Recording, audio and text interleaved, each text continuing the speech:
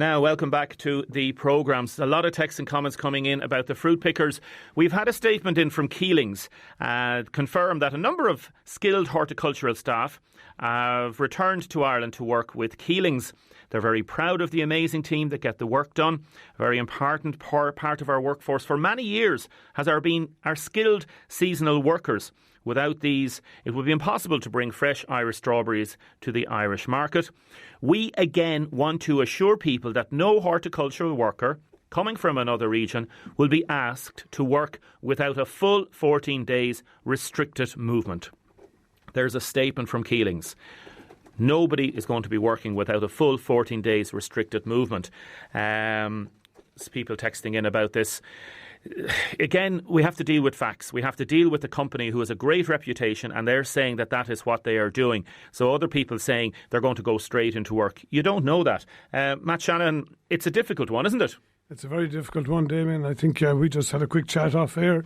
We were looking at the situation in the UK yesterday with the very self-same problem of fruit picking, where they're bringing in more people from Romania, and the point was made, these are professional fruit pickers, far more productive. I'd love to see Irish people getting involved in this. As I said to you, I think it would be great socially for people to be out doing it, but social distance will have to be practiced. But we must remember as well, this is an Irish SME, and we've got to try and support Irish business. So, and I think, I'm sure Keelings are a very professional company, I've no doubt. Yeah, and they'd have these lads in before, and as you say, they'd be professional. These guys know how to pick. Like, they'd be very, very good at what they do. Keelings are a very, very high quality company. I wouldn't have any huge concerns there. I'm sure they will put all the procedures in place to make sure that everything. Because they would, like, from a PR point of view, they just wouldn't do it. Like a shot of lads getting off a plane might look bad, and a lot of people might be annoyed, and that Facebook thing takes off, but in terms of a business and how it operates, you can be sure that they are going to, and if they don't, then they should be held to account for it. Well, absolutely, but I don't think, as I say, they're very professional, a very professionally managed company. I'm sure that they've gone through all of this, and they have procedures in place for all of this. My first job was raspberry picking up in Grace, up in near Kilcool. You did it yourself. I did as a youngster. It's a great leveler. It's great to do. And potato picking as well. And you know what? Wouldn't it be great if before the summer is over that we got back to picking raspberries and blackberries and all of that? Please God, we'll get there, you know. It would, yeah. How are you keeping? How's the family? Fine, thanks, Damien. All well. Good, you're all okay. We're going to talk briefly. We're not going to stay too long because of social distancing. We're doing this interview from more than 2 metres apart. Absolutely. And you're only going to be in here for 10 minutes approximately. And we're very, very good here in the company of making sure everything is wiped down and everything is done. So just in case people are asking about that. What is the situation regarding government formation talks? You are part of what's called the Regional Independent Group. Is that correct? That's correct. Have you been approached yet by any government representative to talk? We've had introductory discussions with all the parties at this stage, okay, and that was, I suppose, wide-ranging, kind of topical. It's all about the problems that we have. We're in the middle of this crisis. We've got to look at dealing with this crisis, and then how are we going to get out of it? How are we going to reflate the economy down the road? And I suppose all of the things that came up in the election were also touched on the very important points about housing and jobs, and it's becoming even more crystallised now about the difficulty of jobs, particularly for us in the southeast. So, would you go into government with Fianna Fáil or Fine Gael? I will have a look at what the programme for government is in the first instance, Damien, okay? I'm quite on message on what I was elected, why I'm here. I have a very good, I think, personal foundation of why I'm here. And I've made this point to these, at the end of the day, I want to be progressive and supportive, but we need the South East to be getting fair play. Waterford cannot, let's say, bounce without a South East bounce. So we need the whole region, for the first time ever, to be treated properly as a region, and that's what I'm discussing. You've seen the proposed document from the two parties. What do you think of it?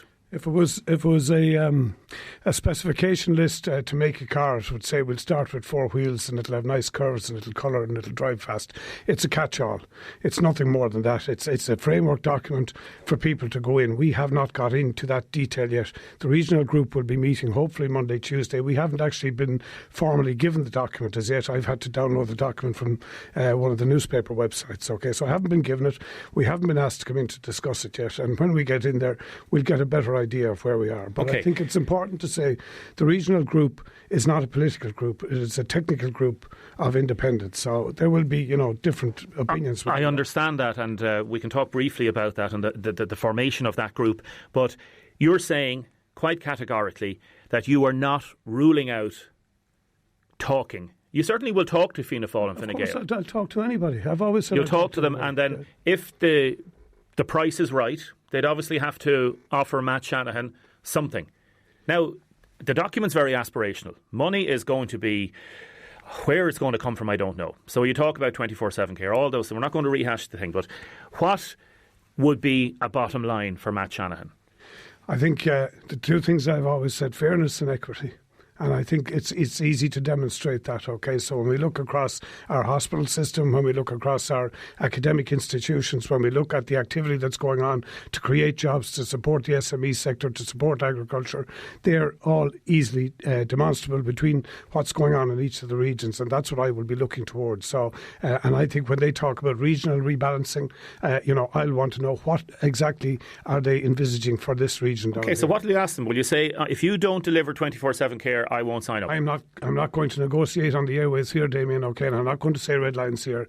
All I'm saying is at the end of the day, it's about equity, transparency, but I come from a business background, okay? I have quite a good idea of how business gets done. I have a reasonable idea of how the politics gets done. I'm one of 160. Whether I will have leverage in all of these negotiations is yet to be found out. We don't know. It will depend on who comes in, who goes out. It will depend on what the programme is, and ultimately, government are going to, whatever government is formed, they're going to come to, especially the independents, and say, we want to do this, we want to do that. We're not sure where the money is at. Europe is going to be part of the mix, what they're going to do for us. And so there will be a bit of suck it and see. So I don't know what it's going to be. We'll wait till we get there. But you will go into talks? I certainly will go into talks. I would never refuse to talk to anybody, and I haven't ever refused to talk to anybody. The regional independent group, it's a newly formed regional group. The convener is Denis Naughton, comprises 8 other TDs, including Sean Canny, Michael Lowry, Peadar Tobin of Aontú, Verona Murphy, Noel Grealish, Peter Fitzpatrick, Cathal Berry and Matt Shanahan. Are you happy to be part of that group? Look, the whole thing about groups in the first instance, you have to be in a technical group of at least 5 to get any speaking time in the Dáil. That was the first thing. The second thing is there was talk of people forming other independent groupings. At the end of the day, myself and Verona Murphy had recognised obviously that we're both in the southeast and we wanted to try, if possible, to stay together. At the end of the day, we spoke to different groups and we tried to say what we were about. At the end of the day, where we found a birth, I suppose, was in talking to the people that we spoke to there. They were talking about regional rebalancing being important. It's important to us, and in that context, that was why we joined there. And in terms of those individuals, for example, Verona Murphy, she did apologise afterwards, saying children as young as 3 could be manipulated by ISIS.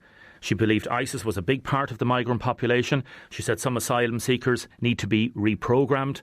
Are you happy to be part of a group when you're with somebody who says things like that? Damien, as I've just said to you, we're a group, we're a technical group, we're not a political group, okay? So whether or not Verona Murphy and I can stay the course of any distance, I don't know. At the end of the day, Matt Shanahan will be going in to talk about the needs of Waterford, primarily Waterford City and County. And then as part of a group with Verona Murphy and Noel Grealish, who said at a public meeting in Uachtarard that people coming over here from Africa to sponge off the system in Ireland also made comments about the Nigerians.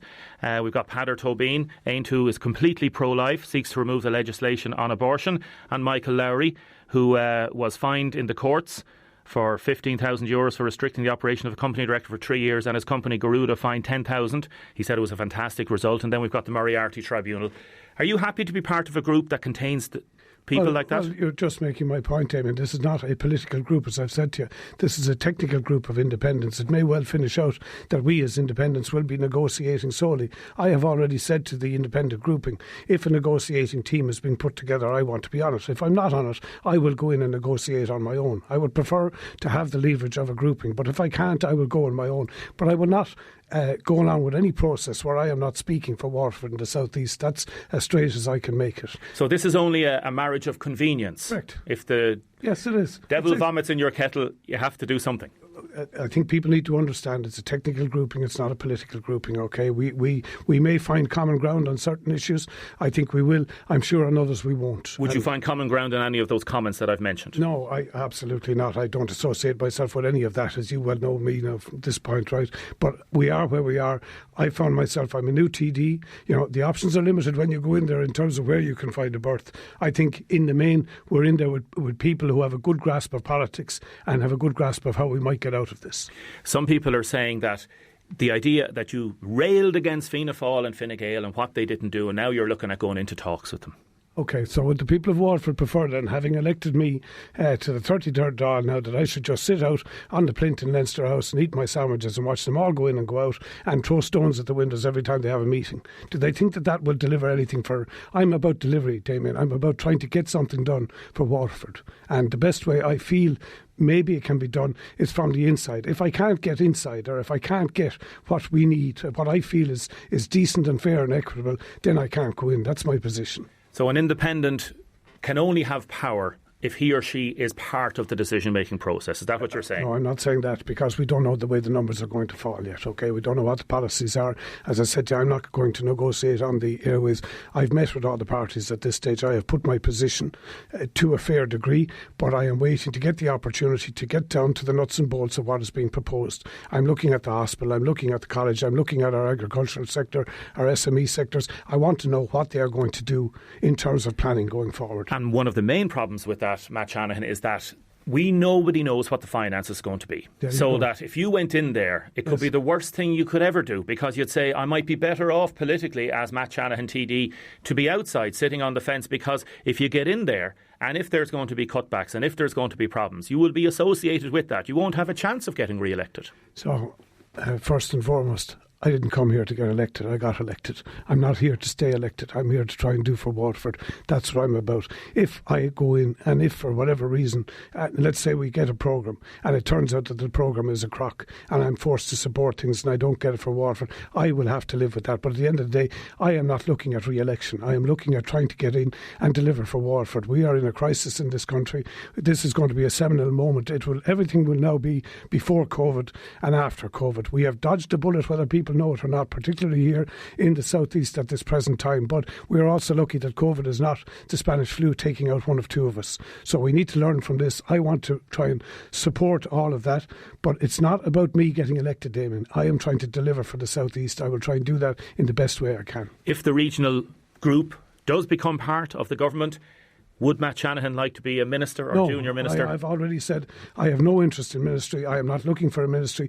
I am looking for delivery for Waterford. I am looking for delivery of the South East. I am not interested in any ministerial posts. Okay, so that anybody else who wants to have those discussions, they can have those. I will not be party to them. Okay, I am about what I am about. Now, keep your texts and comments coming in. I'll read a lot of the texts about Matt Shanahan in a few minutes. Firstly, we have Brian Kelly on line 1. Good morning, Brian. Good morning, Damien. How are you? I'm good, thank you. I'm good. If people want to text in, please text or WhatsApp 083 333 975. Your hair, particularly the ladies out there. How do you keep your luscious locks lovely in lockdown? Brian, there are listeners. A fly on the wall in houses now. We'll be seeing a lot of crazy carries on. What advice would you have for people, particularly women that are listening to this morning? They haven't been to the hairdresser in 4 weeks. It's a disaster. It's a complete disaster. I'd say, first off, back away from the scissors that you're normally cutting paper with, because that's going to end in a really bad state. And home colouring is a big no-no as well. It's a chemical and you don't want to mess around with something, and it's going to cost more in the long run to undo that. Yeah, but what about, we had this as well with another hairdresser previously, and other people say, and texted in to say, listen, we've been using home colour for a while and it's grand. And as I said earlier with Matt Shanahan, needs must when the devil vomits in your kettle. You know, you just have to go with the times, and if you have to do it, it's not that bad, is it? From a professional point of view, it's extremely bad. I would be on the advice of using, there's lots of products on the market. One we use is the L'Oreal Root Touch-Up Spray. It's an easy option, to go in and pick up colour and put it in. But as I said before, it is a chemical. Yeah. And we can't really determine the result. So I think be kind to yourself in a time like this and kind of work on more your condition of your hair and maybe your styling tools, and get into different ways of styling your hair as opposed to focusing on just the fact of your colour is grown out or your colour is fading. And take advantage of the time and use the right products at home, use treatments in your hair and focus on the condition. So when we do get through this and we're back open, we're dealing with better hair that's conditioned and ready for colour process, as opposed to disasters where we're going to have to look at bigger, messier jobs. Yeah, okay. We're trying to get Robbie Palmer on the line. There's a problem with the phone lines, Robbie. If you're listening, we'll get you on the line in a few minutes. I hear what you're saying, Brian, and I understand what you're saying. And you're right. You're technically, as Matt Shannon would say, a technical group. You're technically 100% right. But you can understand a woman going into the supermarket and looking at all the hair colourings. Now, you've mentioned one, and they're saying, oh, God, I'm just going to try it. I'm just going to give it a go. And I know my hairdresser, I know Peter Marks and the other hairdressers will make it right and make it better in 2 months' time or whenever we go back to the hairdressers, or if it's sooner. But, it's so tough, isn't it? It is tough, and I suppose, people want to look good. If you look good, you feel good. Nobody wants to be going around with bad hair. They're used to maintaining certain colours. They're used to maintain a certain image. But unfortunately, there's bigger things going on, and if this is the only thing that we need to fight through, well, I think in the long run it will be worth it. Yeah, I agree with you. And I'm being slightly tongue-in-cheek here. There are so many bigger things. But for a lot of people, this is, and a lot of people that are over 70 as well, part of their social fabric and their well-being, mental well-being as well, was to go out once a week and get the hair blow-dried, or just to go and have a little chat. And that's so tough on them, isn't it?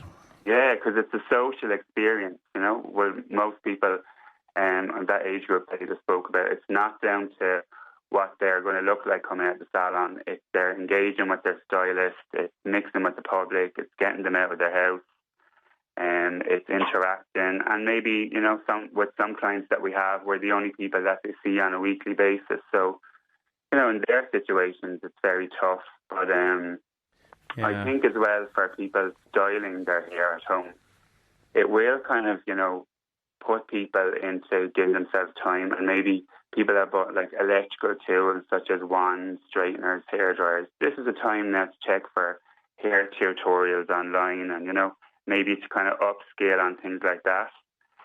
One that people might be interested today at 5:00, we have it on Peter Mark Hair on their Facebook page. We have a tutorial on a kind of a beachy, wavy look, so that can be achieved with the wand. So that will suit a variety of people. Because I know even though people might only be going out and going for walks or going to their local supermarket, if their hair is that little bit kind of more groomed looking, and they're a bit more presentable, it does give them that feel-good factor, which, that rubs off on the people around them and creates a nicer environment at home then. And tell me about mammies or daddies getting the razor and trying to cut their young sons' hairs. There have been some efforts that have worked out okay. Some of them end up looking like Ronaldo, the old Ronaldo's disaster of a haircut, and some haircuts. And then the mammy would sort of say, oh, yeah, it's not too bad. And really, it's just horrendous. And really, they're like a new version of Tiger King going around the house. Yeah, I suppose, again... An Albanian soccer player from 1982 with the mullet at the back. It's just hit and miss, If you're not doing it on a regular basis, why would you do it now? But you have to, but like you can't let the young lad's hair grow down over his eyes and grow down his neck. You have to cut his hair, do you not? Let's bring it back off the eyes. Who says we have to bring it forward? Try out new styles, get new products. It's all about reinventing yourself. This is the time to do it. And do you think serious mistakes can be made, or is it just a case of, see what you want to try? Is that it? I think, you see, in general, we see in the salon people that come in and they try things themselves. And it does take a couple of visits to the salon to undo these situations. So now is probably the worst time to try it, because you're only going to add to it the next time it needs done. So I think if you leave it off and less is more in the long run, it'll be the better option. Okay, we might come back to you. We're going to try and get Robbie on the line as well. How are you keeping yourself, Brian? Are there some hairdressers working covertly in the background, do you think? Or I think the vast majority are making sure they're not nobody's doing it. I really doubt it. I think maybe at the start when we didn't realise the seriousness of it, maybe some people were being a little bit fluid with it, but I think now, and definitely not to my knowledge anyway. Yeah, very good. Listen, you're keeping well yourself, yeah? Yeah, can I just say as well in relation to the frontline workers, we have at Peter Mark €100 gift voucher, and if you want to raffle it off whatever way you want, but I think if we can narrow it down to a frontline worker, that would be a nice little gesture. Well, that's lovely, and that obviously for use when things reopen, Brian, is that it? Exactly. Okay, well, I'll tell you what we'll do straight away then. If anybody wants to text in, and you have to be a frontline worker, text in the word Peter Mark or Peter Marks. Text in the word Peter Mark to 083 333 975, and we'll put you in for a draw there, and we'll get Audrey to do the draw outside, and you can ring in as well if you don't have a text number. It's 051 846 123. Brian, that's really generous of you. Fair play to you. Thank you so much. No problem. And you take care of yourself and your family, and hope all your staff are keeping well, okay? You too, Damien. Thanks very much. Thanks very much, Brian. God bless. Mind yourself. Take it easy. Brian Kelly there from Peter Marks in Waterford. As you say, as we just heard, he's given out €100 Peter Mark voucher for when things reopen. Let's do it for frontline workers. Frontline workers. 083 333 975. Text in the word Peter Mark, or you can call Audrey on 051 846 123.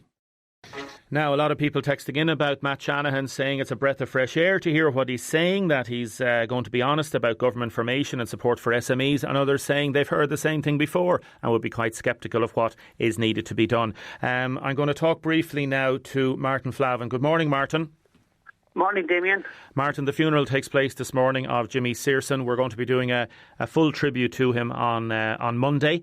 Very well known in Waterford football circles for decades. Involved in the Waterford Junior League. You're Secretary of Waterford Junior League. You'd like to pay your respects to Jimmy this morning. Oh, absolutely, Damien. I've known Jimmy for an awful long time. No, I didn't know him personally for years. But being a player in the league over the years and then refereeing, I would have known of Jimmy. My first meeting with Jimmy would have been as a referee when Jimmy was the fixture of the league. And Jimmy was always professional in everything he did. Nice man to deal with. And Jimmy, he just absolutely loved football. I just saw a little quote from Barry saying that when he gets to gates of heaven, if he's asked what his address was, he could likely say Orchard Park. That was Jimmy Searson. He lived for football. He really did, and he lived for his family as well. And we're going to be talking to Barry and Shay on Monday. It's just too difficult and too emotional for them to talk this morning, the morning of the funeral, and that's totally understandable. But his two loves, family and football, and they just went hand in hand, and he balanced it very well, didn't he? Oh, absolutely. The last time I spoke to Damien was during that football exhibition in Waterford last August. He came in to see it with his daughter Elaine. And you could see that his eyes lit up, Damien, when he saw all the memorabilia there, all people he would have known and over the years, and to see them in photographs and see some of their gear, it was really, it was great to see the look on his face, Damien, He just came in and he just lit up straight away. It was great to see. And so many people, Martin, saying he was a gentleman, a real gentleman, a thorough gentleman. Absolutely, Damien. Look, he would be very well known around the country. Like I was only speaking to the Munster secretary yesterday. I mean, he would have known him very well because Jimmy was the first man from outside Cork to be elected chairman of the Munster FA in 1969. That was a great achievement at the time because you know yourself, Damien. Once you get into a rut and you get the chairman being picked from the same place the whole time, which was Cork, because that's where the Munster FA were based, and suddenly from a man from outside Cork to get the position, it just showed the level that Jimmy was at, Yes, the respect. The respect that was held in by everyone who ever knew him in football. He just epitomised everything that's good about football, Damien. Martin, very well said. We're going to do more about Jimmy on Monday morning. Listen, Martin, to you and your family, take care and stay safe, okay? You too, Damien. Thanks very much. Thank you very much, Martin Flavin there from the Waterford Junior League. Gus has texted us in. Gus Walsh, he drives for Meals on Wheels in Lady Lane. Yesterday he had a puncture repaired very quickly and free of charge by Advanced Pit Stop on the Inner Road. Well done to everybody there. Gus, thanks for your text and well done. For things like that, that's a lovely, lovely sign of the community effort and solidarity that's been shown by everybody.